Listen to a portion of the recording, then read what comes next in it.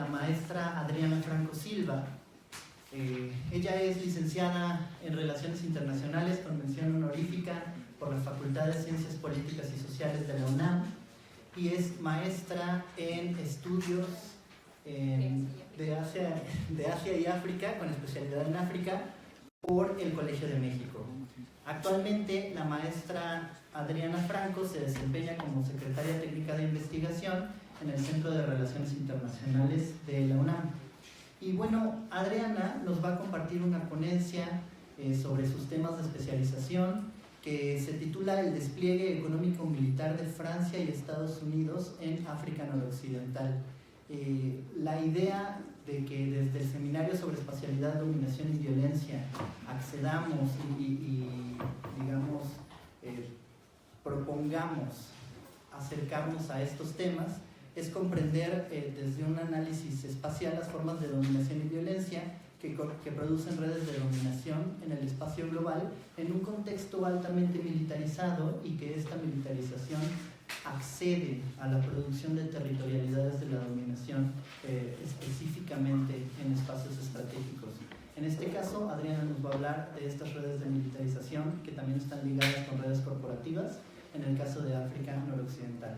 Entonces, sin más, los dejo con la maestra Adriana Franco. Gracias.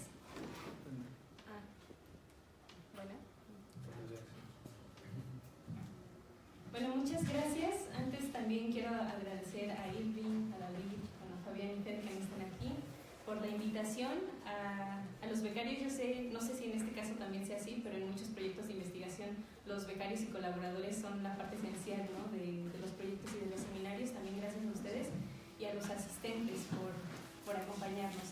Y bueno, como ya les mencionó Irving, yo les voy a hablar sobre el despliegue económico-militar de Francia y Estados Unidos en África Noroccidental, específicamente en la región del Sahara y el Sahel. Y bueno, por eso se los voy a ir explicando conforme vaya avanzando la presentación. Un poco lo que voy a hacer primero es caracterizar la región de la que yo les voy a hablar. Esta parte va a ser bastante descriptiva, pero considero que es necesaria justamente para ir entendiendo los demás mecanismos geopolíticos que van permitiendo como el despliegue de estas estrategias militares y económicas por parte de Francia y Estados Unidos en la zona. Después hablaré un poco sobre cómo se ha implementado a través de la guerra contra el terrorismo de 2001, con la intervención de la OTAN en Libia en 2011, la operación Serval en Malí en 2013 y un esbozo general de cómo se ha dado la militarización en el continente, sobre todo a partir del siglo XXI. Y bueno, este es un mapa no sé si los colores se ven muy bien porque de hecho la presentación tenía la imagen de un desierto, pero con los colores del proyector parecía un bosque, entonces decidí quitarla para que pues fuera un poco más coherente, pero la parte en la que yo me voy a centrar es la parte noroccidental, pero específicamente la parte desértica, entonces estepa y el desierto. Y uno de los grupos socioculturales de los que yo les voy a hablar también para ir ligando todas estas estrategias, pero también las resistencias que hay en las comunidades que viven en el desierto, son los grupos Tuareg. Y este mapa en realidad es un mapa que se hace de la organización del continente previo a la colonización francesa, y lo que podemos ver son como los espacios que ubicaban los llamados reinos o imperios. En estos mapas tampoco van a estar representadas estas poblaciones más que quizá con los flujos, las líneas rojas que se pueden percibir, porque eran los que se encargaban del comercio. Pero también algo que quiero rescatar con este mapa es que en general lo que conocemos de historia en África antes de la colonización, pues es historia que se basa como en comparaciones de los grandes imperios o reinos que había en Europa y en otros lugares y que se traslada a África, ¿no? Entonces, solamente resaltan algunos como el imperio de Malí, Songhai, pero no se entienden las dinámicas que había en otras comunidades o por parte de otras comunidades en estas zonas. Quedan divididos en 5 diferentes países, que son Libia, Argelia, Mali, Burkina Faso y Níger. Pero, ¿quiénes son los Tuareg? Quizá esta imagen les haga recordar o pensar al menos en qué tipo de poblaciones son a las que yo me estoy refiriendo. Los Tuareg, o bueno, la palabra Tuareg viene del árabe o los árabes fueron quienes pusieron este nombre a estas comunidades y significa los abandonados de Dios. Algunos analistas consideran que este término, o bueno, el hecho de que se diga que son abandonados de Dios se debe a que viven en el desierto. Sin embargo, yo no estoy tan de acuerdo con esta situación porque pues el islamismo nace en el desierto también, ¿no? Entonces sería una vestimenta, sobre todo el color azul. De hecho, muchas veces también se les llaman los hombres azules porque el azul de las prendas tiñen su ropa. Y entonces era una de las maneras en las que los conocían, incluso también los franceses. También les llamaban los guerreros del desierto. Y bueno, hay muchas historias míticas en torno a los tuareg. Aquí lo que yo quiero hacer también, lo que quiero resaltar es la relación que hay entre este grupo y el espacio que habitan, ¿no? Que es el desierto. Seguramente aquí en el seminario les han hablado mucho de esta producción del espacio y cómo es una relación dialéctica con las actividades humanas. Y la relación que tienen los tuareg con el desierto es así y es muy profunda.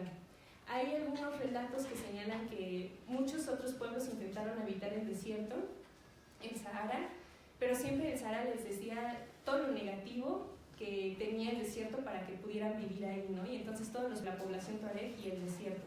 Pero bueno, esta es simplemente la historia mítica, es como para resaltar algunas características, pero vamos a ir analizando otros elementos también. La construcción que se ha hecho también sobre los tuareg ha sido, ha habido una oposición entre la reproducción del sistema hegemónico capitalista y la reproducción social. Y entonces hay choques, pero estos choques se dan desde que se dio la colonización. En ese sentido yo quiero resaltar algunos elementos, ¿no? La población tuareg son poblaciones seminómadas. Entonces, el seminomadismo se opone, obviamente, a las poblaciones sedentarias donde hay fronteras establecidas. La construcción del Estado-Nación fue un instrumento que ha servido justamente para la reproducción del sistema capitalista, ¿no? Por eso, una de las intenciones con la colonización fue establecer Estados-Nación, establecer territorios que tuvieran fronteras delimitadas para poder controlar y dominar de mejor manera tanto el territorio, pero también a la población que habitaba en estos territorios. Para los tuareg es más importante entonces la relación que se tiene a nivel de la comunidad, a nivel familiar, que es el teusib, y no tanto quizá el teguesé, que se podría representar como la figura del Estado. Entonces esta oposición también hacía que las poblaciones francesas los vieran como poblaciones opuestas a la figura del Estado-Nación, pero también como poblaciones fragmentadas, que no tenían una lógica y que no podían, o sea, que no había una civilización en ellas, que en general en todas las comunidades africanas pensaban que eran bárbaros y salvajes simplemente, pero aquí va a haber una oposición justamente por la organización espacial que ellos tenían en el territorio y que no correspondía a las lógicas implementadas por Francia, ¿no? O por otros, bueno, sí, en este caso en específico por Francia. Sin embargo, como ya les mencionaba, el espacio que ellos habitan pues tiene una relación dialéctica con la manera en la que ellos viven, ¿no? Es una producción, pero también es productor, o sea, y las dos cosas interactúan para constituirse a sí mismas. Desde la perspectiva europea, e incluso yo creo que la perspectiva que tenemos ahora nosotros, el desierto se ve como un espacio hostil, como un espacio en donde no puede haber vida, donde no se puede habitar. Sin embargo, para ellos es el medio en el que viven, ¿no? Y ellos pueden sobrevivir ahí, y evidentemente hay recursos para sobrevivir. Es más complicado obtener ciertos recursos, y eso mismo motiva la movilidad, pero en su reproducción, en su cosmovisión también es necesario, porque todos son ciclos.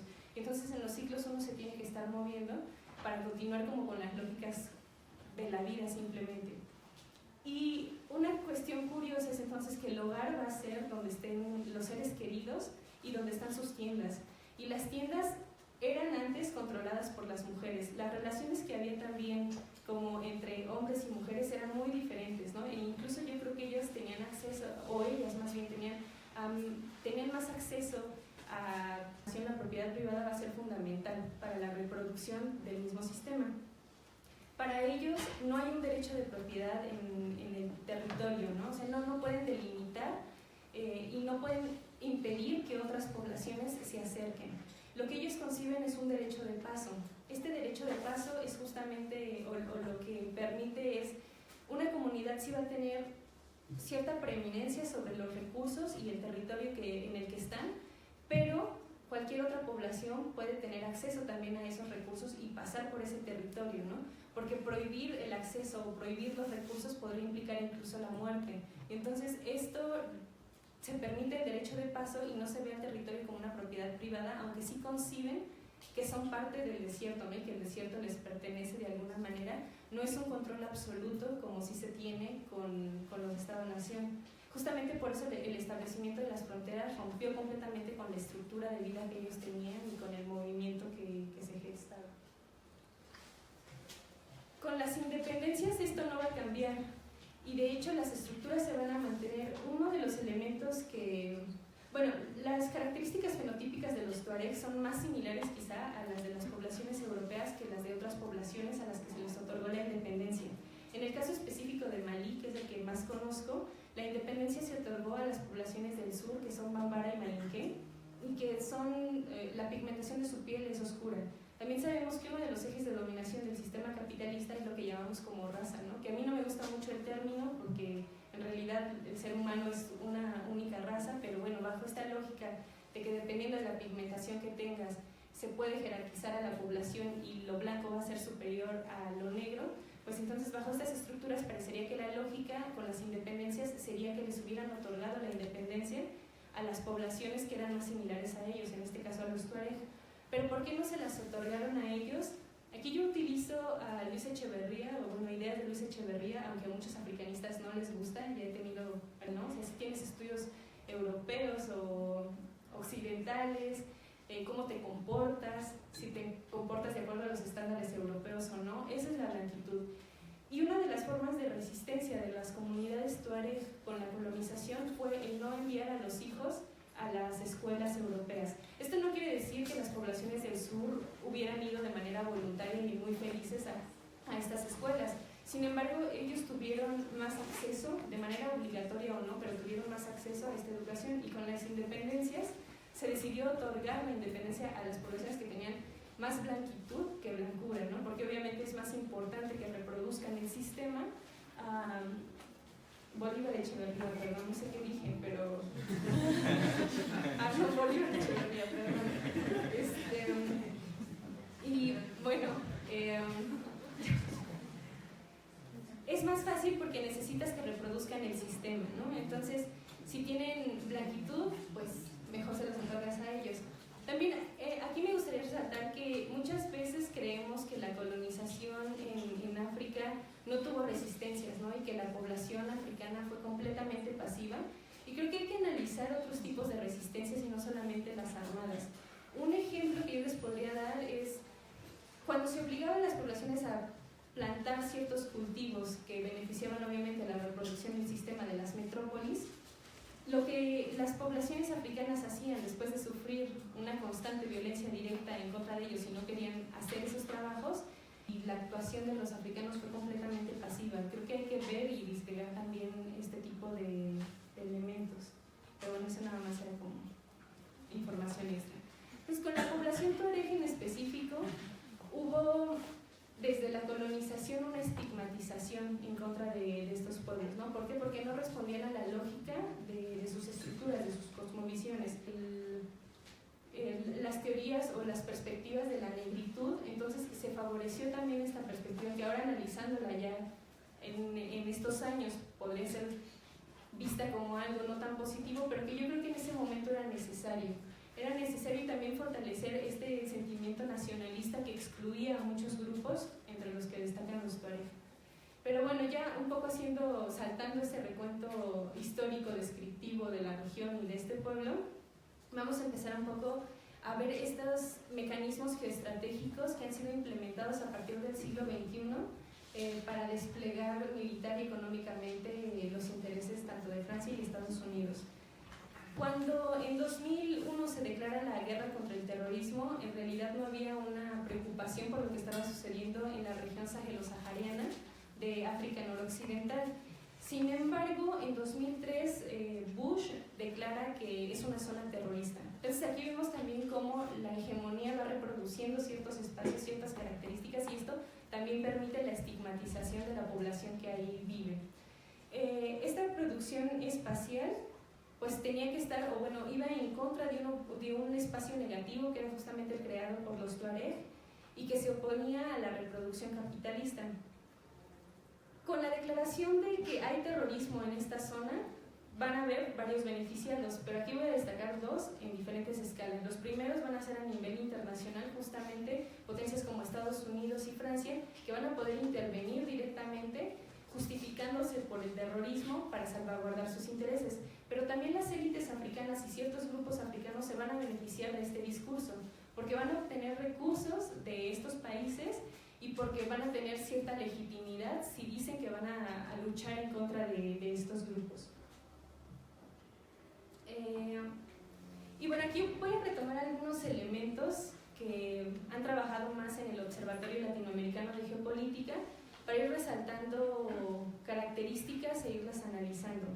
En principio, esta simbiosis que ha habido entre la guerra y la economía, ¿no? Que han ido de la mano y que es lo que ha permitido también que se mantenga cierta hegemonía.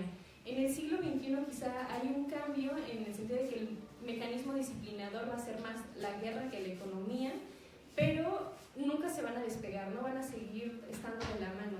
¿Y por qué hay ese cambio? Pues por las dinámicas también internacionales que se han ido modificando, ¿no? Actualmente, si concebimos la pérdida del poder económico que tiene Estados Unidos, pero que tiene, o sea, que no hay manera que militarmente a alguien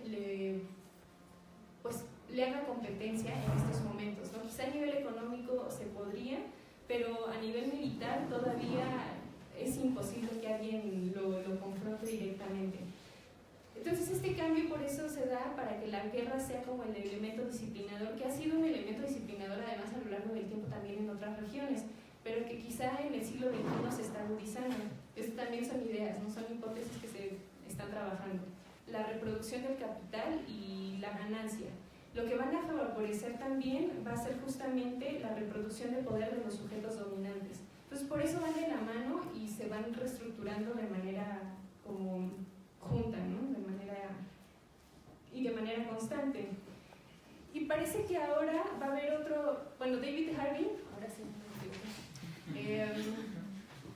nos hablaba del reajuste espacial, ¿no? De esta necesidad de, frente a la sobreacumulación, desplazar esta sobreacumulación en otros territorios para poder salvaguardar crisis y para poder controlar ciertas situaciones. Y parece que ahora está habiendo otro reajuste espacial de una manera diferente, ¿no? En el sentido de que otra vez se necesitan insumos para satisfacer las necesidades de ciertos pueblos.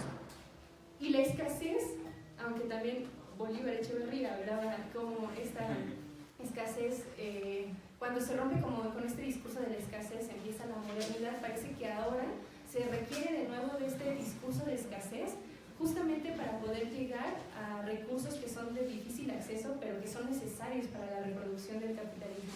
Por eso yo les decía, antes quizá no era tan importante esta zona, porque además se ve como desierto, ¿no? ¿Qué puede haber en el desierto? No hay recursos, no hay absolutamente nada, no necesitamos estar ahí.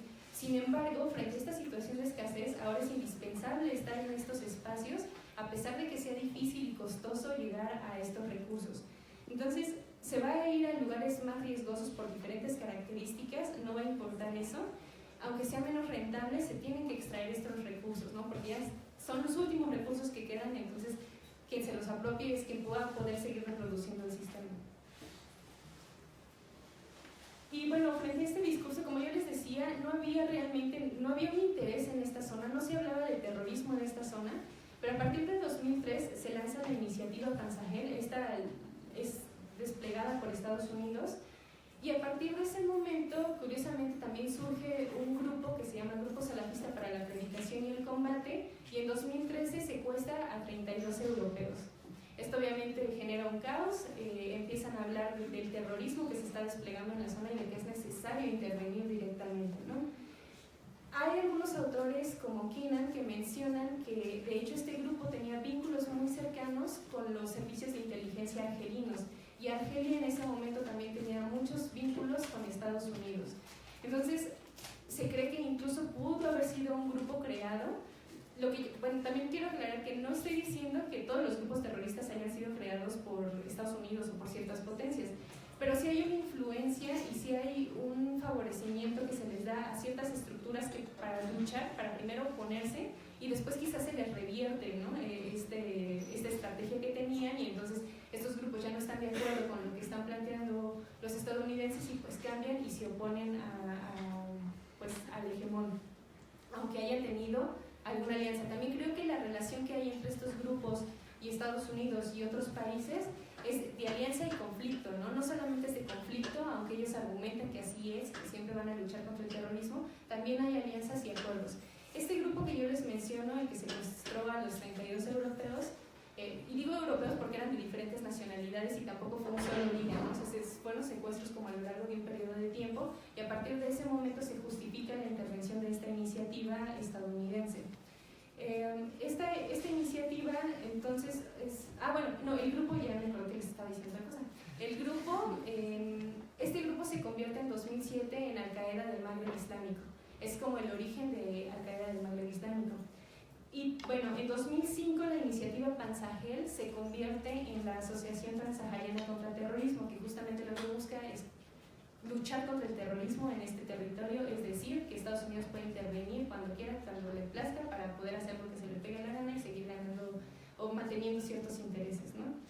Y otra de las estrategias, otro de los mecanismos que utilizó Estados Unidos para esto fue ya la creación o el despliegue del Comando Africano de Estados Unidos en 2007, el AFRICOM, que cada vez tiene más presencia, que a partir también de 2010 comienza a tener más injerencia y más actuación en el despliegue militar de África. Y bueno, este nada más es un mapa también para que puedan ver qué países eran los que abarcaba esta Asociación Transsahariana contra el Terrorismo y a quienes se les otorgaban más recursos para luchar contra el terrorismo. Y si pueden ver, Mali es uno de los países que más ingresos tiene en este sentido, Mauritania y Níger también. Mali y Níger, cabe señalar que son los dos países en donde más movimientos revolucionarios por parte de los Tuareg ha habido, ¿no? De los que yo les mencionaba, en Libia, en Argelia hay población Tuareg, pero en estos dos países es donde más se han levantado en armas en contra de los estados-nación o contra las estructuras de reproducción capitalista que hay en sus países.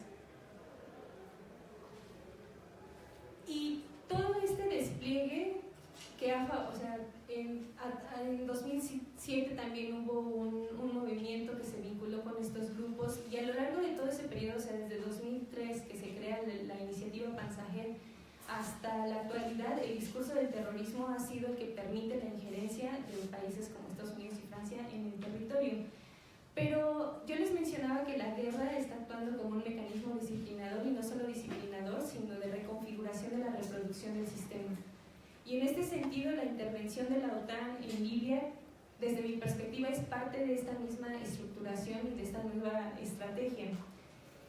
La justificación que se dio, bueno, seguramente también todos ubican a Gaddafi, porque era proyectado incluso como el dictador de África, una persona que debía de ser quitada del poder debido a todas las acciones atroces que cometía contra la población. Pero eso era lo que pues los medios de comunicación occidental nos decían sobre el líder de Mali, ¿no? De Libia, perdón. En realidad también deberíamos de ver qué es lo que estaba haciendo en el país, ¿no? Muchísimas, y bueno, no solamente en el país, porque sí había muchas políticas que habían sido encaminadas para apoyar a la población libia y también a las poblaciones que migraban, y ese tipo de elementos no se resaltaban, ¿no? El hecho de que él buscaba que todas las familias tuvieran una vez que haya conseguido todo lo que él había establecido en su libro verde como política, ¿no? Pero creo que sí hubo una mejoría y sí había una cierta estabilidad en Libia, que después de la intervención de la OTAN ha quedado completamente relegada, ¿no? El país no se ha podido unir. Yo no sé si va a haber manera realmente de que haya una política que permita la unión, pero bueno, quiero decir que Gaddafi lo hizo bastante bien, que está controlando la situación, ¿no? O sea, sí hubo un movimiento armado, pero no fue una movilización pacífica que estaba siendo reprimida, era una movilización armada que estaba siendo reprimida, y sí es diferente la manera en la que se interpretan las dos cosas. El Consejo Nacional de Transición, que fueron quienes encabezaron el movimiento y que tenían vínculos, en un principio fueron declarados como terroristas por países como Francia y Estados Unidos, y después eran los aliados en la movilización, ¿no? Cuando sucedió la llamada Primavera Árabe, entonces ya eran aliados. Y se consideró consideraba que eran los representantes legítimos, e insisto, era solamente una parte de la población que estaba oponiéndose. Yo no digo que eso haya estado bien para reprimirlos, o sea, como un grupo pequeño estaba quejándose, pues podían reprimirlos, no, eso no es lo que estoy diciendo, pero a lo que voy es que también la justificación o la mediatización justamente era plantear que el régimen de Gaddafi estaba violando los derechos humanos de la población de manera indiscriminada y que la lucha era completamente legítima y representaba absolutamente a todos. También a partir de este momento se empezó a hacer una estigmatización todavía más fuerte de la población negra y de los tuareg, porque se les vinculaba con Gaddafi y se decía que eran mercenarios de Gaddafi. Gaddafi tuvo una política de apoyo a la población tuareg y se sentía muy identificado con los tuareg, justamente porque también él venía de poblaciones nómadas del desierto. Pero no solo por eso, ¿no? Sino que consideraba que los tuareg eran poblaciones que habían salido de Libia y que ahora estaban en otros países y que era necesario volver a formar una unión de los países saharianos en donde estaban los tuareg. Todas estas políticas hicieron que hubiera un vínculo muy cercano. Muchos tuareg sí trabajaban en Libia, e incluso cuando se da el derrocamiento de Gaddafi, muchas armas salen a través de estas poblaciones tuareg y llegan a Mali cuando se da también el movimiento de independencia en el norte. También se decía que Gaddafi no quería negociar cuando había una propuesta de la Unión Africana en la cual Gaddafi estaba dispuesto a negociar con el Consejo Nacional de Transición, pero la propuesta de la Unión Africana quedó completamente relegada y se decidió aprobar esta resolución que permitía un control aéreo y que, bueno, permitió finalmente el derrocamiento de Gaddafi. Pero ¿por qué intervenir, no? ¿Cuáles eran las razones para intervenir? Gaddafi siempre fue un personaje muy incómodo, aunque también sabía negociar con Estados Unidos cuando era necesario y parecía que en ese momento tenían una muy buena relación, pero tenía muchos proyectos que no convenían a la reproducción del sistema hegemónico. De acuerdo a Salgó, en un libro editado por Luis Mesa que se llama El pueblo quiere que caiga el régimen, que a lo mejor algunos de ustedes han leído, Salgó lo que planteaba era que los intereses para intervenir son, en primer lugar, el petróleo que hay en Libia, también la venta de armas que una guerra genera, la nueva alianza con China, también la independencia que tenía en varios ámbitos. Y voy a destacar aquí 3 elementos. El primero es en materia de telecomunicaciones. Las telecomunicaciones en África están completamente vinculadas a Europa. Y una de las propuestas desde África, que fue encabezada por Muammar Gaddafi, fue justamente el lanzamiento de un satélite para mantener las comunicaciones, o sea, para que África tuviera el control de sus comunicaciones. Este proyecto nació más o menos en 1992 y en 2006 el gobierno de Gaddafi dio el 75% de los recursos necesarios para hacer el lanzamiento de este satélite. Lo demás se fue gestando con los recursos de otros países y de otras instancias africanas, y en 2007 se lanza este primer satélite. En 2010 se lanzó un segundo satélite, también encabezado un poco este movimiento por Gaddafi, y se tenía proyectado lanzar un tercer satélite. Libia era un país que no tenía deuda externa. Era quizá el único país de África que no tenía deuda con el Fondo Monetario Mundial y con el Banco Internacional. Esto evidentemente también es muy negativo para la reproducción del sistema, ¿no? Porque necesitan que nos endeudemos para que se siga reproduciendo esto. Y Gaddafi además lo que proponía es que a partir de ese momento, bueno, que se llegara a una negociación para que todas las ventas de los recursos que tenían tanto países africanos como de Medio Oriente, como petróleo, como ciertos recursos minerales, fueran vendidos solo por oro. O sea, que si querías comprar un barril de petróleo, fuera comprado con oro. Evidentemente Estados Unidos no tiene cómo respaldar los dólares, ¿no? Y no tiene oro para comprarlo, y en general el sistema no podría...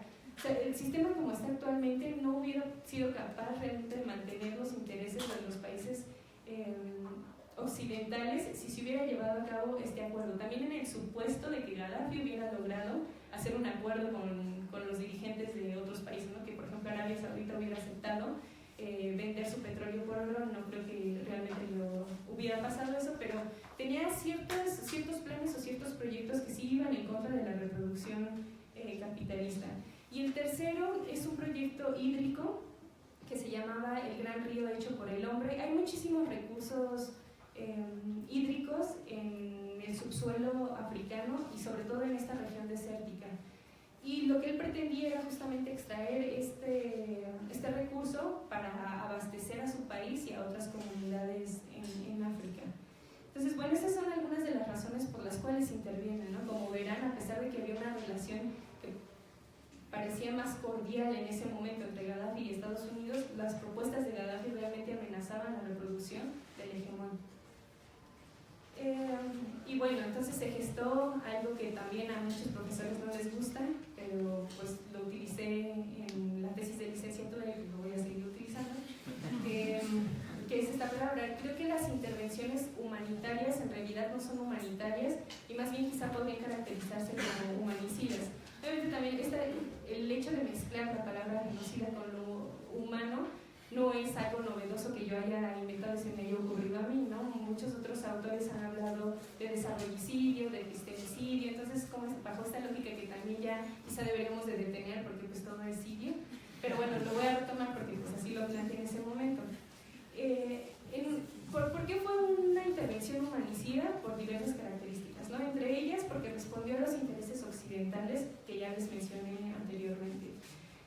Segundo, porque se manipuló también a los medios de comunicación para crear o para poder legitimar la intervención y que ésta fuera aprobada por la mayoría de la población, no solamente por la población de Estados Unidos y de otros países que forman parte de la OTAN, sino también pues por la comunidad en general, ¿no? Es decir, pues sí, tenemos que quitar a ese dictador que está violando a los derechos humanos de la población, entonces es justificable. Pero también el problema es que esto ha transgredido la capacidad de agencia de las personas. Lo que permite este tipo de reconfiguraciones a través de la guerra es justamente que se puede hacer un control del territorio, pero también un dominio de las personas que hay ahí, ¿no? Y si ellos antes tenían mayores libertades en el sentido de que podían tener acceso a una mejor calidad de vida, pues ahora esto ya no pasa de esta manera, ¿no? Hay muchos movimientos armados, no hay realmente estabilidad en el país. Antes las migraciones eran controladas por Gaddafi, también esto es algo que no se dice, ¿no? Pero las migraciones y toda esta crisis de la migración en Europa, pues antes Gaddafi controlaba un poco esta situación y otorgaba empleo a poblaciones africanas que iban camino hacia Europa para buscar estos trabajos. Esto no se dice, después estaría una crisis, tampoco lo que estoy diciendo es que Gaddafi fuera el único elemento para contenerlo y como mataron a Gaddafi, pues ahora tienen esa crisis, ¿no? Pero son diversos factores y este es uno de ellos. También se desató violencia entre diversos grupos socioculturales, ya les dije también, contra la población negra y contra los tuareg hubo muchos juicios y muchas estigmatizaciones porque se les vinculó directamente con Gaddafi, con el régimen de Gaddafi. Entonces, como eran mercenarios, después era legítimo también cometer una violencia directa en contra de ellos. Se continúa un proyecto epistemicida sobre el continente africano y bueno, es una geoestrategia disciplinar que favorece la reproducción del capitalismo, como les he mencionado.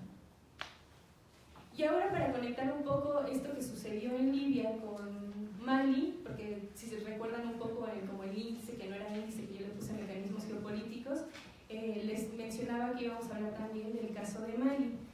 Si ven este mapa es muy reciente y es de la BBC, me parece, y es sobre quién controla el territorio en Libia. Y si pueden ver la parte suroccidental, es justamente una región que dice que está controlada por poblaciones tuareg. Mucha de la población tuareg que vivía en Libia, sale de Libia y se va a Mali y se gesta un movimiento armado y se declara la independencia de este territorio en estas tres ciudades. El 21 de marzo, en el sur, se da un golpe de estado contra Amadou Toumani Touré, que era el presidente en ese entonces de Mali, y llega Amadou Haya Sanogo. Amadou Toumani Touré tenía muchos más vínculos con Francia y Amadou Haya Sanogo había sido entrenado por fuerzas estadounidenses. Esto se los menciono para ir retomando, estando en el norte de Mali.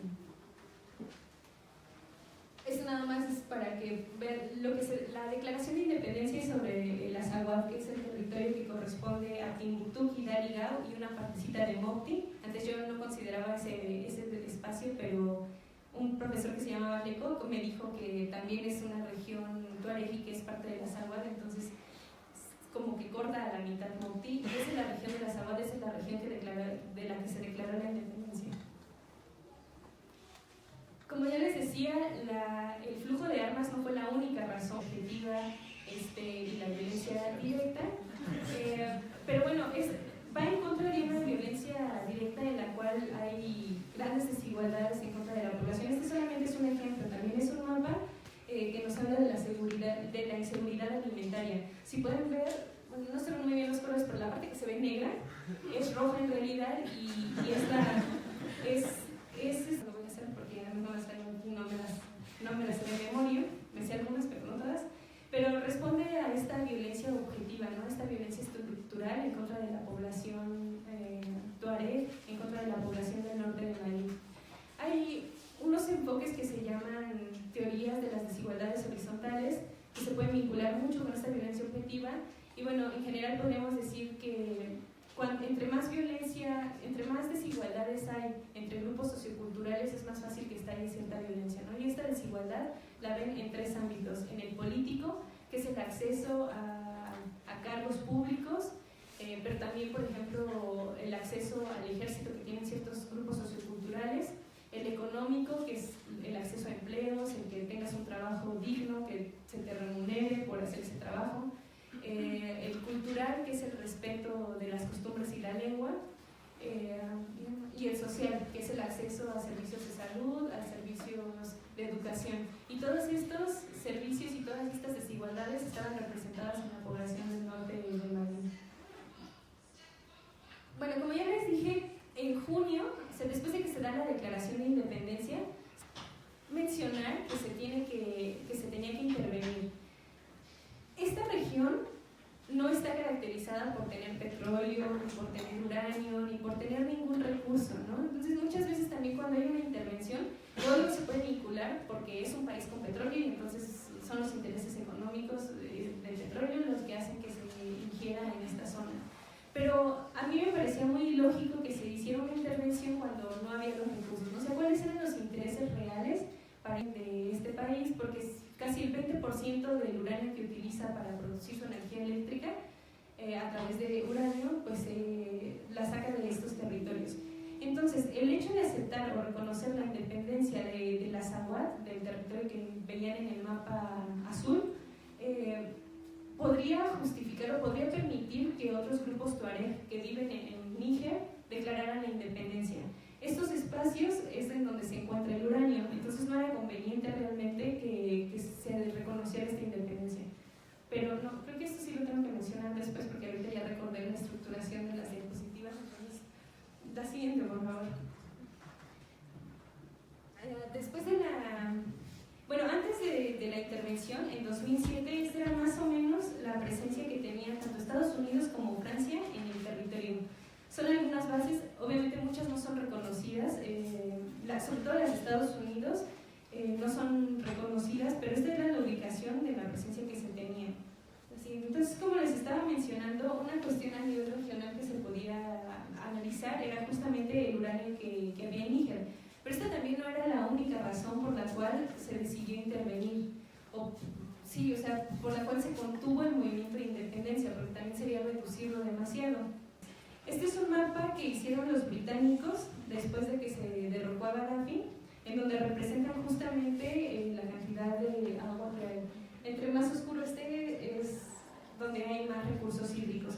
Y no se alcanza a ver bien en las barras, pero las barras, el color, sí es verde, no sé qué color se ve, pero bueno, lo claro es que en teoría es verde, pero el verde claro lo que nos dice es la capacidad como de regeneración de esta agua, porque el agua subterránea es obviamente más difícil de reproducirse que a nivel superficial en ríos o lagos y tarda más, entonces la barra clara es lo que indica, ¿no?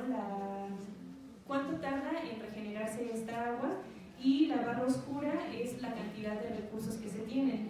Quien tiene más, el país que se ve hasta abajo, que tiene muchísimos recursos hídricos, es Libia. También, como pueden ver, la capacidad de regeneración es muy baja. El octavo lugar, de abajo para arriba, pero de los que tienen más, es Mali. Y el que de hecho tiene un equilibrio más fuerte entre la cantidad y el reabastecimiento es República Democrática del Congo, que pobre República Democrática del Congo tiene todo, pero que justo por eso todos están ahí metidos y nada más no han podido como hacer una situación que sea favorable para la población de la zona. Entonces, los recursos hídricos son importantes. Y aquí traigo algunos esquemas, porque también muchas veces los debates es como, bueno, qué bueno que haya muchos recursos hídricos, pero eso realmente no es importante como para la reproducción del sistema, ¿no? Se tienen muchos más recursos hídricos a nivel superficial, en ríos, en lagos, entonces no es como tan importante los recursos subterráneos que se tienen, es más importante, por ejemplo, los de la Amazonía, esos sí son relevantes.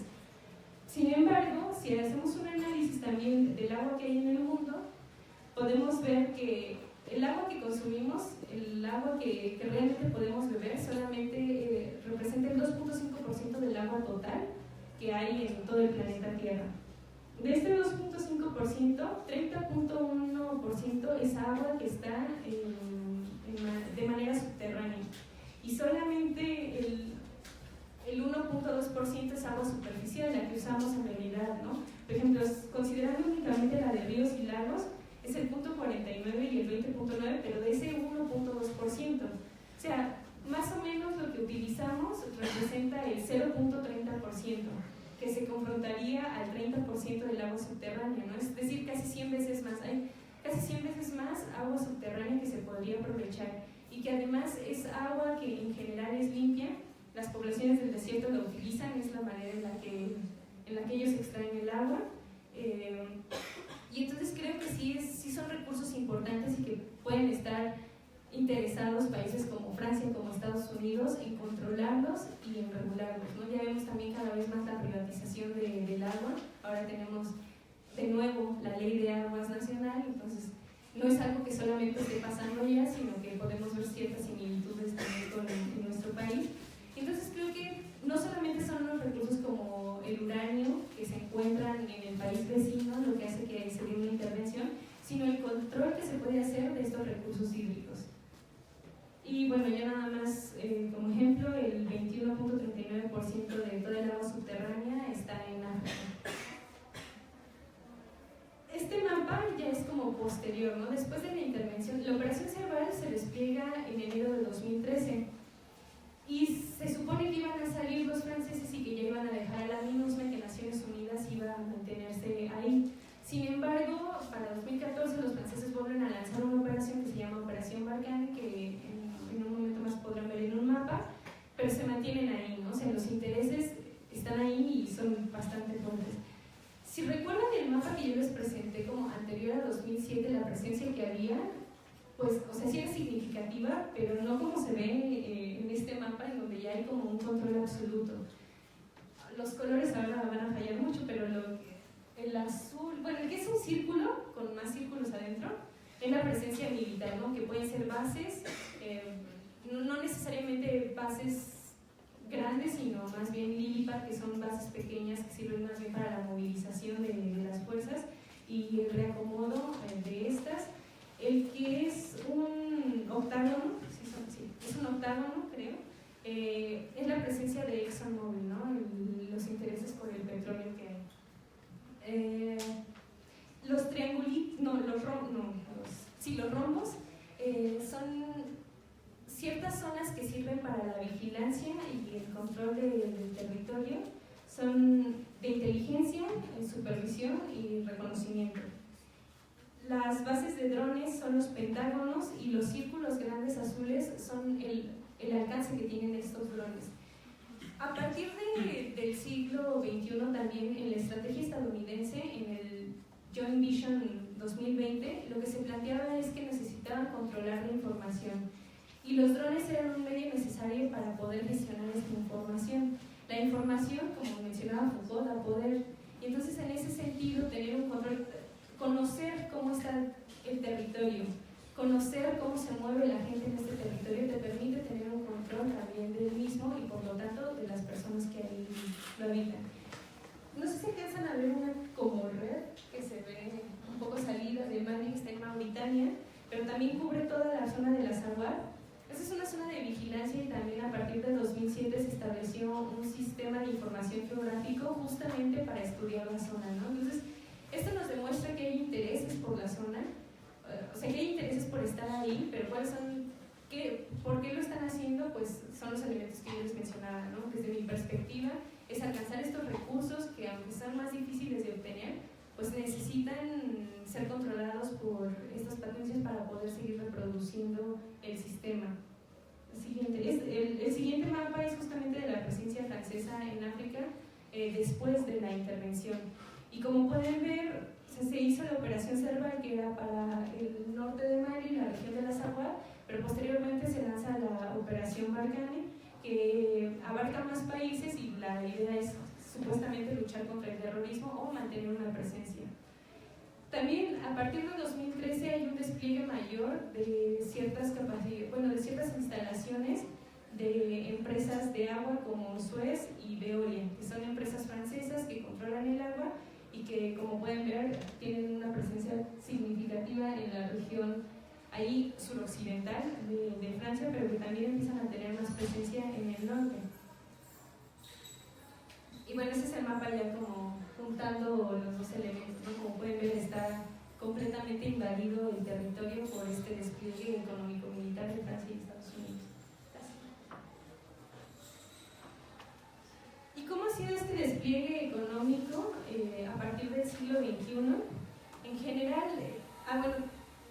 para este mapa quiero agradecer un poco la ayuda de Renata, que me ayudó a hacer una base de datos para poder hacerlo. Lo quería hacer público porque tú eres parte de este mapa. Y podemos ver que las regiones prioritarias para Francia en África se ubican en la región occidental y en la parte central, ¿no? Como si recuerdan también el mapa de la colonización, son más o menos las mismas zonas. O sea, donde ellos tenían presencia, no tenían presencia en Congo, pero pues eso se extiende porque, pues, como ya les dije, Congo tiene absolutamente todo, pero son las mismas zonas. Y en estas zonas es donde están poniendo bases. Estas bases se utilizan justamente para desplegar más fuerzas. O sea, no hay tantas bases porque estas sirven para el despliegue, no realmente para tener ahí un control absoluto. Y este es un nombre también de las operaciones que ha habido a partir más o menos de los 90s, la cantidad, la frecuencia, ¿no? que han habido. Las últimas, las más relevantes, han sido la de Libia y la de Mali, pero si pueden ver, en Congo han intervenido, por ejemplo, en 7 ocasiones, ¿no? Este mapa es simplemente para representar la injerencia que han tenido los franceses en el territorio. Y bueno, los siguientes mapas es para ver un poco la evolución de la militarización estadounidense en África, en el continente. Para 1945 había estas bases, si se dan cuenta, cubrían más bien la parte norte. Entonces seguramente, o sea, esto respondía un poco a la lógica, a las dinámicas de ese momento, ¿no? Del final de la guerra, al final de la Segunda Guerra Mundial, el posicionamiento que se tiene, hay una mayor presencia en Europa y quizá por eso responde también esta lógica de mantenerlas en el norte. Para 1989 hay todavía menos bases, pero todas se empiezan a concentrar en la parte este. Y si recuerdan, ya también por esos periodos se empieza a hablar de la piratería y entonces hay una justificación para estar en esta zona, ¿no? Para intervenir en esta región. Y ahora tenemos esto, ¿no? Que son un montón de... Son bases no reconocidas, también es algo que tengo que señalar. Estados Unidos actualmente reconoce 5 bases en territorio africano. Una en Djibouti, 3 en Egipto, 2 mencionan el lugar preciso. Una de ellas dice, hay otra, no decimos dónde, pero hay otra ahí en Egipto. Y la quinta en Kenia, en Mombasa. Esas son las reconocidas. Entonces todas están pegadas en la parte, en la parte oriental. Pero, según algunos estudios de Nick Tours o también de David Vine, que se han enfocado en estudiar el despliegue de las bases militares estadounidenses, el mayor despliegue que se ha tenido en los últimos años de estas bases es justamente en la parte del Sahel. Las bases que hay, si se dan cuenta, hay diferentes tipos, ¿no? Y bueno, certidumbre, porque también se juega un poco con si se sabe que están ahí o si se especula que están ahí. Entonces, los hexágonos son bases que es seguro que están ahí y son bases bien establecidas, son bases grandes, ¿no? Como la de La siguiente es la de los círculos con más circulitos. Son lily-pad, que son bases pequeñas, como ya les decía, sirven para el despliegue. Lo que se busca es que son rotatorias, no hay fuerzas permanentes ahí, pero lo que se busca con estas bases que están desplegadas por todos lados es que si hay alguna operación que se tenga que hacer, una operación especial o algo, se puedan movilizar todas estas fuerzas, que son pocas, entonces se van moviendo sin ser como tan perceptibles, pero se concentran en una zona y ahí actúan, ¿no? Saliendo de diferentes lugares. También hay bases no especificadas y que no se tiene certidumbre, otras que no están especificadas no están especificadas en el sentido de que si son bases o lily-pad. Hay bases de drones que no se alcanza a percibir muy bien, pero son los círculos como con una cruz. Y esto es importante porque, insisto, en la estrategia que se tiene actualmente, si uno revisa los documentos del Joint Chiefs of Staff, se puede dar cuenta que los drones son fundamentales porque ahora lo que quieren es también un control de la información y porque la tecnología va a ser fundamental en las nuevas guerras que ellos plantean. Estas nuevas guerras son diferentes justamente por los actores con los que están luchando y porque no son estados como tal, que también desde hace muchos años se dan este tipo de guerras, pero ahora se está haciendo énfasis en estos cambios. Y los drones lo que permiten es juntar información, lo que se pretende es tener un control del espectro completo, y este control del espectro completo no significa únicamente que estén presentes, así como se ve en el mapa, ¿no? en todos lados, sino que tengan un control también de otros recursos, y el espectro electromagnético es una de las principales amenazas, pero también una de las principales cosas en las que quieren trabajar para mantener este dominio. ¿Por qué el espectro electromagnético? Pues justamente porque permite las comunicaciones en primer lugar, pero también el desarrollo de armas que tienen que ver con este espectro. Esta capacidad que ellos tenían y que controlaban absolutamente por completo el espectro electromagnético ahora se ve amenazado, y por eso están buscando como tener mayor tecnología para controlarlo. Pero los drones les sirven o tienen dos funciones, ¿no? Los drones les permiten tener información, como ya les decía, pero también ya hay drones que se buscan para asesinar en específico pues, a ciertos sujetos que van en contra de la estructura del sistema hegemónico, del sistema capitalista.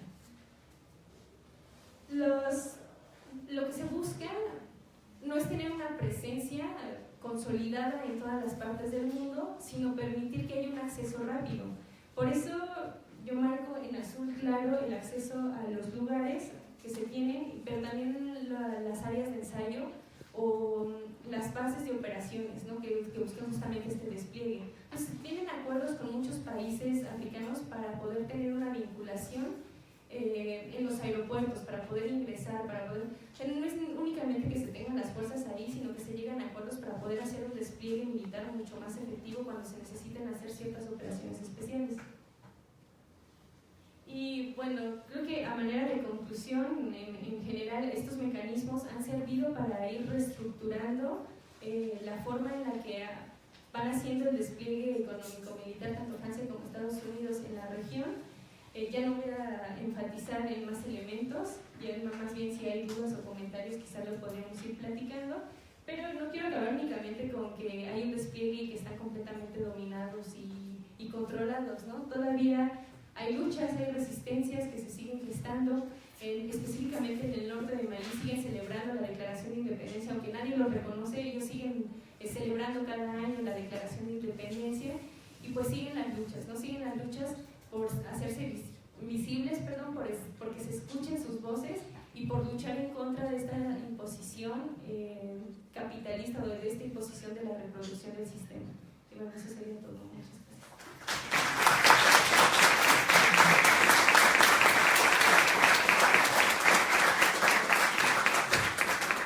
Pueden identificar los nodos de entrelazamiento entre las relaciones de discriminación por clase, por raza, por género, pero también de las formas de discriminación cultural y cognitiva disfrazadas de proyectos civilizatorios, etcétera, que se enmascaran o que se maquillan con esta visión de la preservación de la paz y la seguridad internacionales.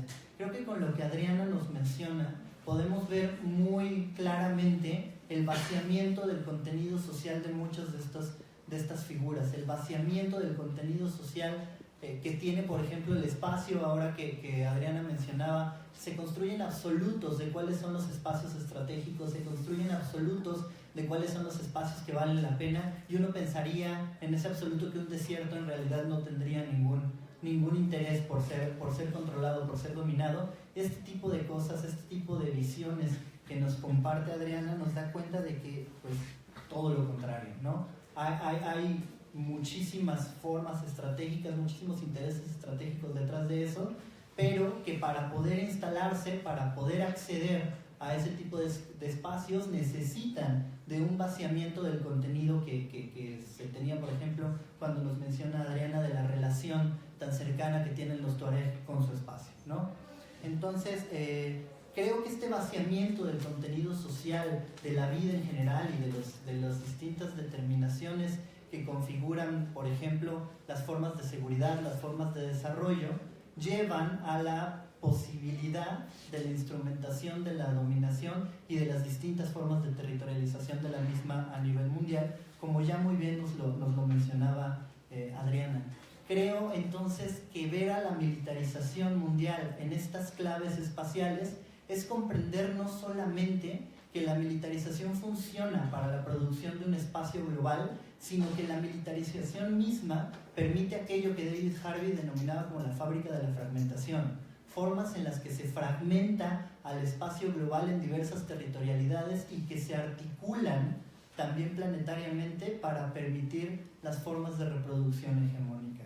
En ese sentido, creo que observar estas intervenciones en pro de la paz, de la seguridad internacionales, tendría que llevarnos a analizar más profundamente a partir de dónde se están enunciando estas formas de paz, a partir de dónde se están enunciando estas formas de seguridad y cuáles son las implicaciones concretas, no solo en los espacios, sino en algo que Fabián ha dicho en otros lugares que me parece muy acertado, no solamente en la producción del espacio por el espacio, sino en la producción del espacio por los sujetos y por las distintas subjetividades que se configuran a partir de eso.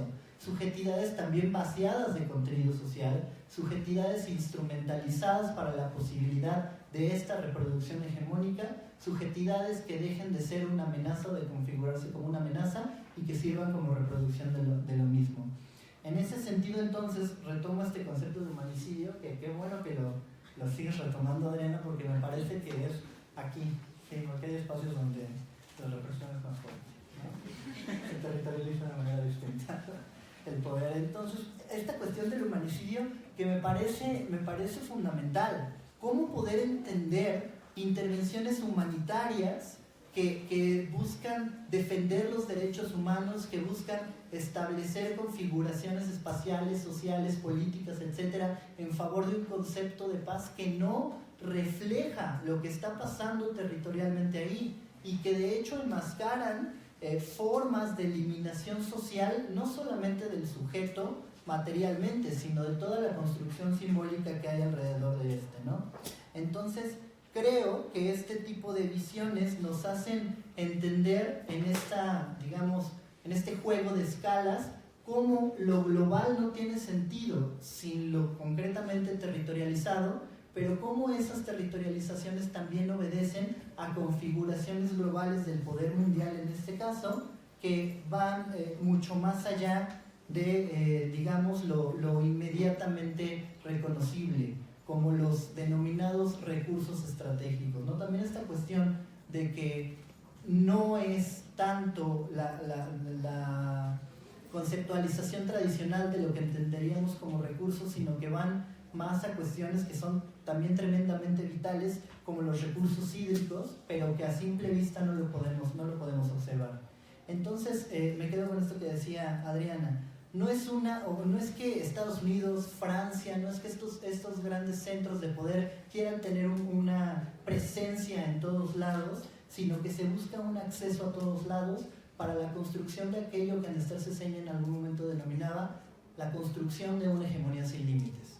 Sin embargo, una hegemonía que aún encuentra sus límites y que aún encuentra formas de negación y de subversión de aquellos sujetos a los que ha querido desposeer y a los que ha querido eliminar, tanto simbólica como materialmente.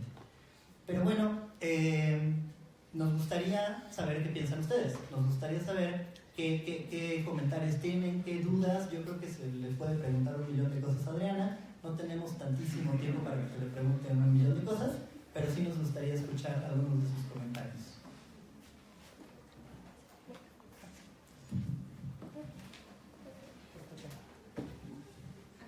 Hay otros.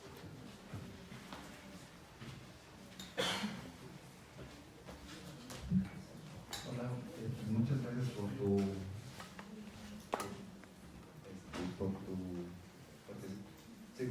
ponencia.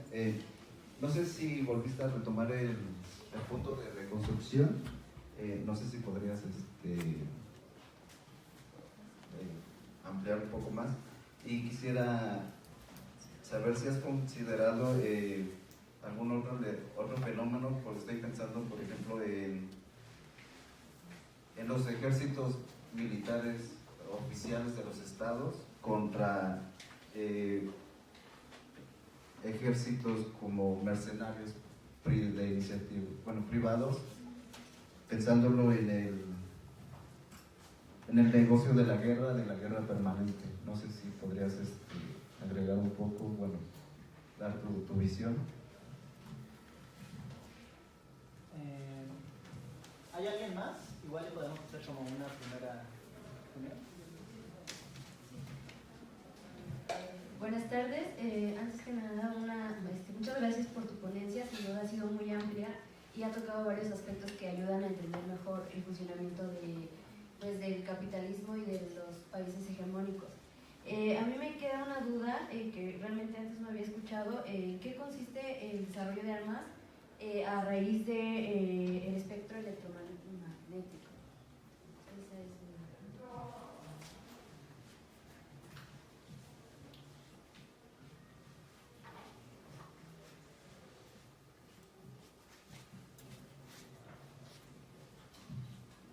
Igual, muchas gracias. Yo solamente tenía una duda sobre lo que mencionaste de Gaddafi, del sistema de querer cobrar como todo en oro. O sea, ¿qué visión tenía esto? ¿Qué ventaja le daba a Libia tener como una gran cantidad de oro? ¿Solamente era como para demostrar como que Estados Unidos no tenía el poder? O sea, no entiendo qué ganan cobrando en oro.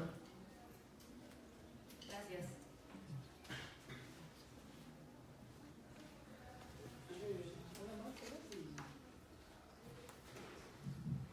Buenas tardes, también agradezco tu tiempo y tu ponencia. Y yo quisiera preguntar si existe alguna regulación con respecto a los drones, porque en el derecho internacional público no existe algún tratado o estatuto. Sin embargo, Estados Unidos está emprendiendo ciertas acciones para regularizarlo al interior del país, cosa que obviamente no lo está haciendo tanto en África como en América Latina, donde también tiene presencia de drones. Y quisiera saber si, por ejemplo, las empresas que aportan esta tecnología, si es propiamente de Estados Unidos, o si también tiene como alguna otra conexión con Europa, específicamente Francia, pero yo también sabía de Bélgica y de Holanda. Entonces igual no sé si haya como esta conexión. Bien, si quieren podemos proceder a una respuesta y así sí, nada más.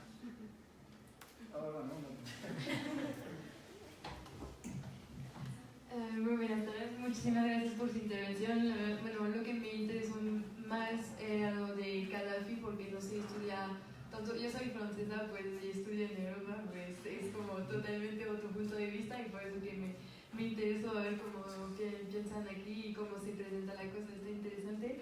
Y también sobre, bueno, la verdad es que rechazo de todos modos la acción francesa y internacional que se hizo contra Gaddafi, lo que ocurrió, sobre todo el doble papel de Francia con Nicolas Sarkozy al final, que su campaña fue financiada por Gaddafi, pues, y luego lo mataron. Pues era como interesante este papel, como ver las cosas según su punto de vista. Mi pregunta ahora era más enfocada a Mali. Y es que justamente, como súper chistoso, como tuvimos una exposición ayer sobre este asunto con las operaciones de mantenimiento de la paz con el señor Irwin. Y bueno, voy a preguntar la misma pregunta que hice ayer, es de manera general, es que si no había como fuerzas como hegemónicas, se dice aquí en México, y capitalistas que, bueno, eran, como controlando, manteniendo la zona con seguridad y contra el terrorismo, estas cosas, pues ¿qué ocurriría si no había esas fuerzas, bueno, que sean como Estados Unidos, Francia o cualquier país? ¿Qué ocurriría si no estaban ahora mismo allá? Me gustaría saber. Gracias. No, yo te voy a interrumpir antes porque no sé si luego haya tiempo. No, pues muchas gracias, Adriana, igual por esta intervención. Muchas gracias.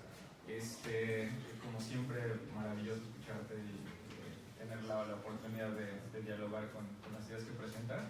Hay dos cosas que a mí me gustaría. Yo sé que hablaste del África noroccidental, pero mencionaste a Djibouti al final, y hay algo que ayer el Africom, bueno, los miembros del Africom, plantean que es una preocupación por China, ¿no? O sea, toda esta cuestión de la interconexión territorial marítima que se plasma a partir del One Belt, One Road, ¿no? la nueva ruta de la seda, y donde Djibouti además es un punto interesante porque como que confluyen muchas cuestiones comerciales, militares, estratégicas, ¿no? Entonces, el factor China, pues, ¿no? Creo que algo que tú mencionabas en cuestión de recursos tiene mucho que ver con la cuestión de la hegemonía. También es el negar el acceso o el controlar el acceso a otros actores, ¿no? ¿Cómo influye esto en el nuevo despliegue militar? O sea, ¿cómo lo observas tú?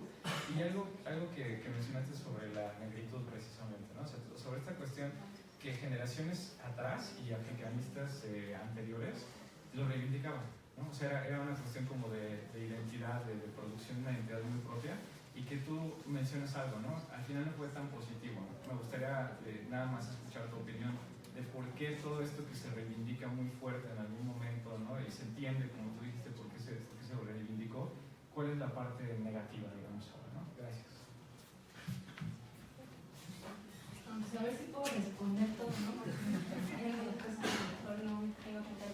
Lo de la reconstrucción, específicamente lo que mencionaba de como los intereses por intervenir en Libia. Sí, la reconstrucción, no sé, de Libia, pero después vuelve otra vez otro ataque, entonces hay otro proceso de reconstrucción, entonces... Sí, o sea, lo que mencionaba del interés y que se enfocaba como con la reconstrucción es que justamente la reconstrucción de un país también es un negocio, ¿no? Haces una guerra, destruyes todo, vendes armas, que es el negocio, y después reconstruyes. Y son tus mismas empresas o son, pues sí, tu misma élite económica la que se beneficia de esta reconstrucción. En este sentido era la cuestión de la reconstrucción, ¿no? O sea, que sirve para generar más ganancias, que al final sigue siendo parte de la misma estrategia quizá, que permite tener plusvalía, que permite tener pues acceso a más recursos. Era más o menos por ahí. Y la cuestión de los ejércitos oficiales contra los ejércitos de mercenarios, desde el Observatorio Latinoamericano de Geopolítica están planteando justamente eso, ¿no? Que ya hay un quiebre completamente entre la esfera como de lo público y lo privado, sobre todo en este ámbito de la guerra, y entonces las fuerzas de mercenarios son cada vez más importantes o más representativas, porque incluso ni siquiera tienen una nacionalidad, ¿no? Entonces uno puede identificar a la empresa por una nacionalidad, pero las fuerzas que lo integran no necesariamente responden a esa nacionalidad, sino que son de diferentes países. Entonces, esto ayuda a que no se vea la intervención de un Estado como tal, sino que se hace de manera quizá más sutil, pero también directa, para mantener los mismos intereses. Entonces sí, cada vez es mayor la presencia de estos ejércitos y que incluso también se puede vincular aquí con el narcotráfico, ¿no? Y cómo se generan estas redes entre el narcotráfico y incluso con las redes políticas que tenemos, cómo van interactuando y cómo se va haciendo un rompimiento entre la esfera pública y la esfera privada. Después, en el sentido del desarrollo de armas a través de la esfera espectro electromagnético. En ese sentido, es más bien, uno, el control de las telecomunicaciones, que es fundamental para la guerra, ¿no? Cuando hay guerras, si tú tienes el control del espectro electromagnético, puedes bloquear el acceso a las comunicaciones entre tus oponentes. Y no solo eso, se benefician las tuyas o incluso puedes generar distorsión de información. Pero aparte de eso, hay ya desde hace algunos años se hablaba de esto, yo no le he dado seguimiento realmente, pero al control que se puede tener del láser como un arma, ¿no? Así tipo Star Wars, pues en ese sentido, hacia ahí va.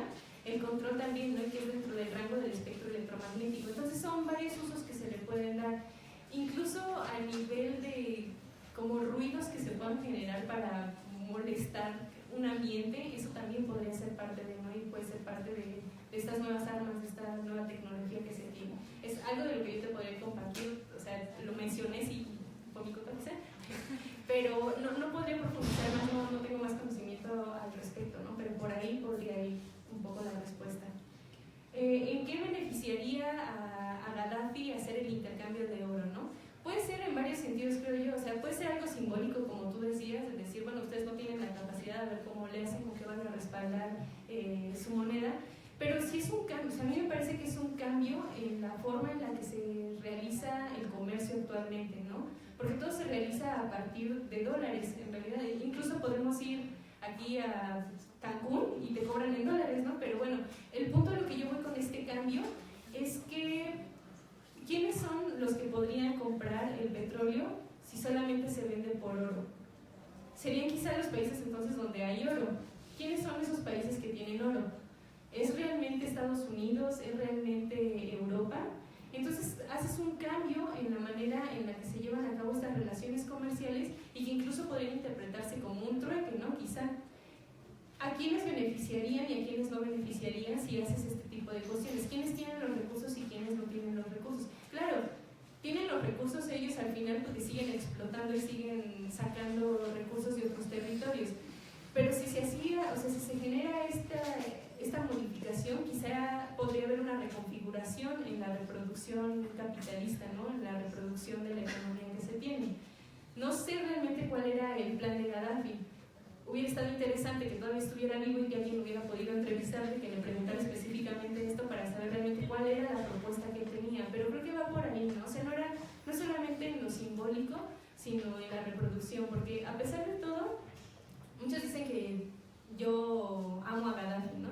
Y no es realmente que lo amen, pero sí me parece que era un hombre muy inteligente, que tiene muchas cosas que se le pueden criticar, sí, también tiene muchas cosas que se le pueden criticar, que la manera en la que él implementaba como las dinámicas socioeconómicas en el país no han sido bien interpretadas, entonces simplemente se le tacha de dictador y no se entiende que es parte del sistema neopatrimonial que a él le permitió mantener las cosas y que ya con los programas de ajuste estructural esto se modifica completamente y debilita el régimen. O sea que no sé si un estudio, ¿no? Real de lo que él estaba proponiendo, de las políticas que él llevaba a cabo, justamente porque amenazaban la reproducción del sistema, y entonces como amenazaban la reproducción del sistema, pues era necesario hacer una representación de él como un hombre salvaje, loco, incoherente, pero yo creo que era todo lo contrario, ¿no? Y por eso recorro mucho a él, y no es realmente que lo amen, pero me parece muy interesante, o bueno, era muy interesante, ya lo mataron.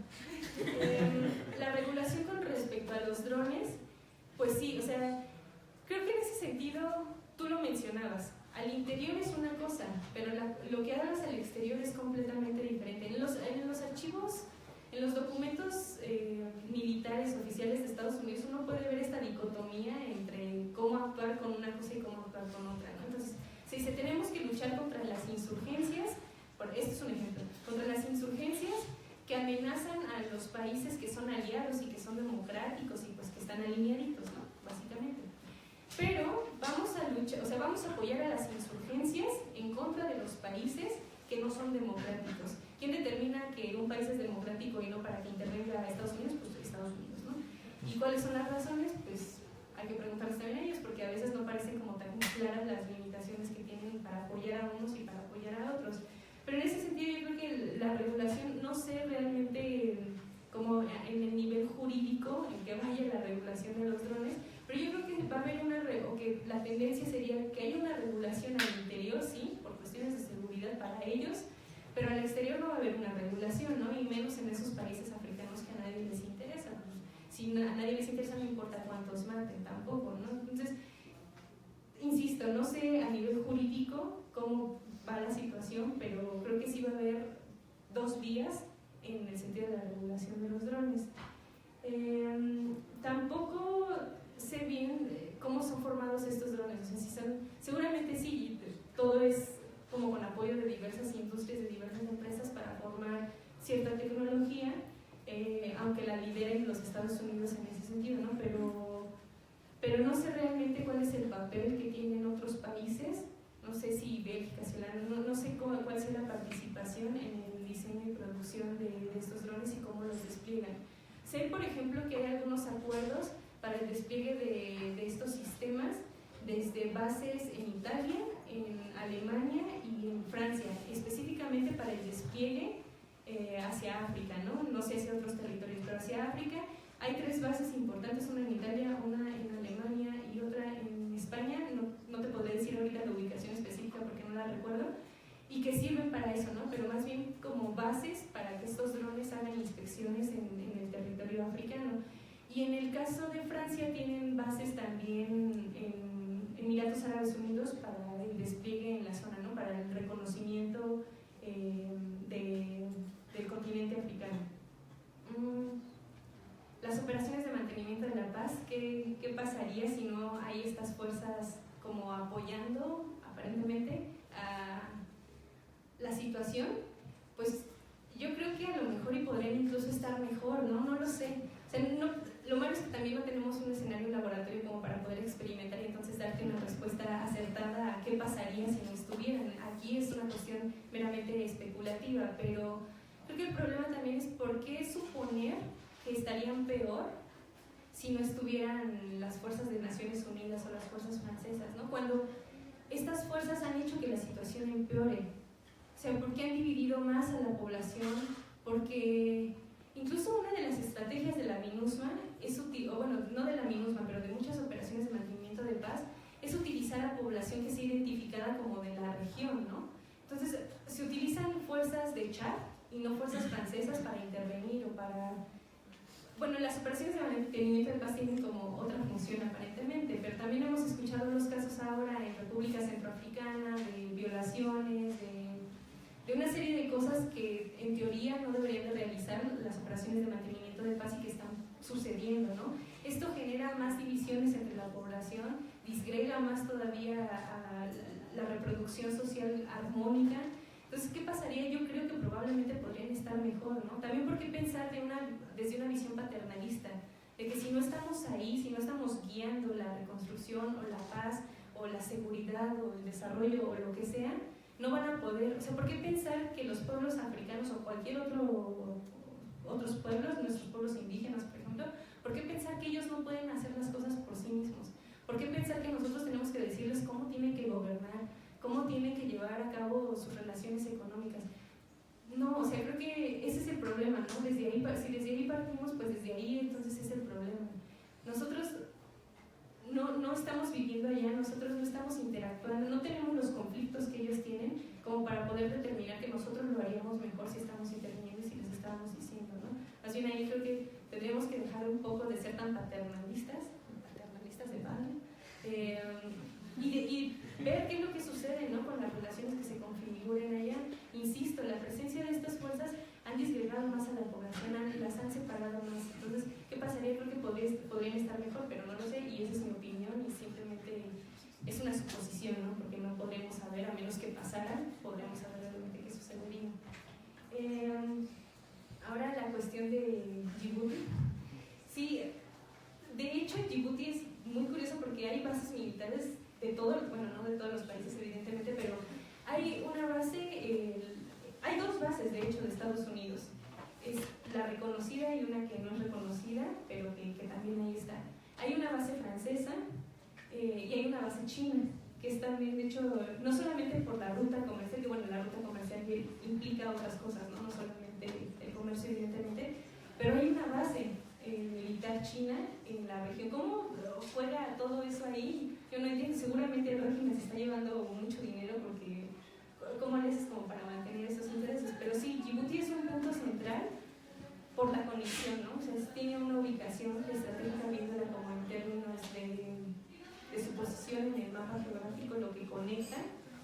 Y China empieza a tener más presencia también en África. Y yo les mencionaba, eso se me había olvidado mencionarlo después, cuando hablaba de que Amadou Toumani Touré, que era el que estaba en la presidencia de Mali antes del golpe de Estado y que Sanogo estaba más vinculado con los intereses estadounidenses, yo ahí lo que veía era como un choque. A pesar de que son aliados, había un choque. Pero la presencia china es justamente la que hace como que se vuelvan a aliar, porque es más amenazante para Estados Unidos que China tenga presencia en el continente a que lo tenga Francia, ¿no? Por ejemplo, que pues, justamente son aliados. En Djibouti es también como la entrada hacia muchas zonas, no sé, es desde un costado, pero te permite una entrada al continente, sobre todo en la parte este, pues de manera amplia. Otras bases importantes son en Chad también, porque Chad es más o menos como el centro, bueno, no tan el centro, ¿no? Pero eso sí permite un despliegue más generalizado. Entonces yo creo que por eso la instauración de Djibouti, que permite la conexión entre los tres continentes, es muy relevante. China también empieza a tener más, o bueno, la presencia de China se ve reflejada más justamente en la parte este. Y es en la región en donde están consolidadas las bases como bien establecidas de Estados Unidos, o sea, no lily pads, no bases temporales, sino bases bien establecidas están en esta región. Lo que sucedió, no sé si algunos de ustedes recuerden lo que sucedió con el Lord Resistance Army, con todo este movimiento de capturemos a Connie, que era un movimiento que mutilaba, ¿no?, a gente, que cortaba los labios, cortaba las orejas. Entonces llegó un estadounidense, vio eso y dijo, vamos a hacer una ONG y tenemos que ayudar a la población ugandesa y tenemos que eliminar a Connie. Hay algunas hipótesis que sugieren que el movimiento sigue, Connie sigue ahí y lo mencionan de vez en cuando, ¿no? Ya no hay tanta efervescencia de hay que capturar a Connie y ayudar a los ugandeses, pero hay hipótesis que señalan que este movimiento se va a reactivar en el momento en el que la presencia de China en Sudán sea más relevante. Y bueno, la relación igual otra vez de nuevo en Djibouti puede centrar de manera más directa, ¿no? En la parte occidental también empieza a tener más presencia China. Hay acuerdos con Níger y con Nigeria para explotación petrolera, sobre todo, pero de otras maneras, ¿no? Se está vinculando. Entonces, es un poco lo que podría decir de Djibouti. Y sobre la negritud, pues, o sea, ¿por qué al final no fue tan positivo? Insisto, era necesario en ese momento. Y además quizá en términos de Fanon era una reacción un poco lógica, ¿no? En el sentido de toda la represión y decir que lo bello y lo bueno y lo inteligente y lo civilizado y lo blanco, pues ahora se revierte, ¿no? Y decimos, no, pues lo bello y la civilización y todo es negra, ¿no? Y por eso los estudios sobre Egipto, etc. Pero ¿por qué no fue tan bueno? Porque al final simplemente se está revirtiendo el modelo, ¿no? O sea, es como el mismo modelo, pero al revés, es como una lucha dentro del mismo sistema. Y entonces obviamente eso va a dejar excluidas a muchas poblaciones. África no es negra, o sea, también se tiene como esta visión y muchos africanistas la siguen reproduciendo para decir el África negra, ¿no? Y en títulos de libros y de ponencias y todo, se resalta esa característica de África negra como algo bello y algo bonito, que está interesante, pero que deja a muchas poblaciones excluidas. Hay poblaciones albinas en África, ¿no? Entonces, estas poblaciones que entonces como no son negras, no son africanas, se tendría que ser más holístico. En ese momento era necesario, pero al final sigue reproduciendo de manera inversa la misma lógica de dominación, ¿no? Es el mismo eje de dominación, pero invertido. Entonces, lo negro está por arriba de lo blanco, no están al mismo nivel, no es una relación horizontal, sino que es una relación jerárquica. Era necesario, sí era necesario en ese momento, pero ahora, viéndolo desde este enfoque histórico y ya también desde un punto quizá más privilegiado, porque pues en ese momento decir las cosas puede ser a lo mejor más complicado, o ver simplemente lo que estás reproduciendo de nuevo puede ser más complicado. Ahora lo podemos ver y creo que son aprendizajes que se tienen que tener para futuros movimientos y futuras resistencias, ¿no? Y espero haber podido contestar las preguntas, aunque sea de manera pequeña.